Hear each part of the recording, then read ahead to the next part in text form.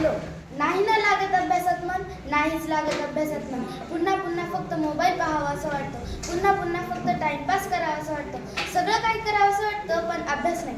कितीही काही केलं तरी अभ्यास होत नाही. कितीही ठरवलं, कितीही काही केलं तरी अभ्यास होत नाही. लक्षात ठेवा, 14 ते 25 हे असं वय असतं ना की त्या वयात तुम्ही स्वतःला पूर्णपणे वाया घालू शकता, नाहीतर मोठं काहीतरी करून दाखवू शकता.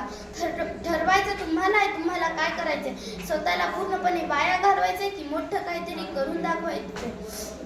त्यामुळे आत्ताच सुरुवात करा. सांगा तुमच्या मनाला, अजून किती दिवस तुम्ही तुमच्या आई वडिलांवर डिपेंड राहणार आहात. तुम्हाला त्यांच्यासाठी काही करायचं नाहीये का? त्यांच्या किती अपेक्षा आहेत तुमच्याकडून, आणि तुम्ही त्यांच्यासाठी फक्त अभ्यास नाही करू शकत.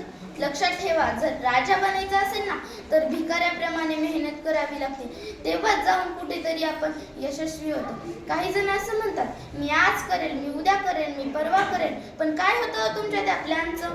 तुम्ही का विसरता तुम्हाला काय करायचं होतं? तुम्ही का भटकून जाता तुम्हाला काय करायचं होतं? तुम्ही का विसरता तुमची स्वप्न फार मोठी आहेत?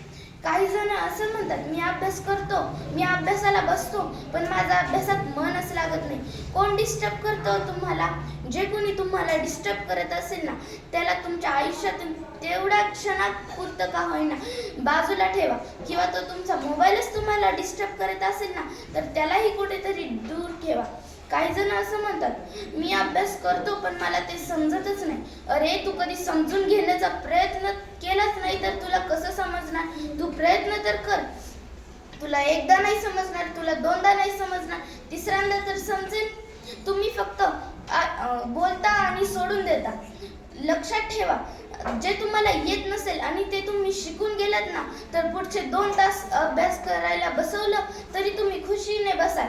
अभ्यास करा, स्वतःसाठी करा, तुमच्या दुश्मनांना जळवण्यासाठी करा, तुमच्या आई वडिलांसाठी करा. धन्यवाद.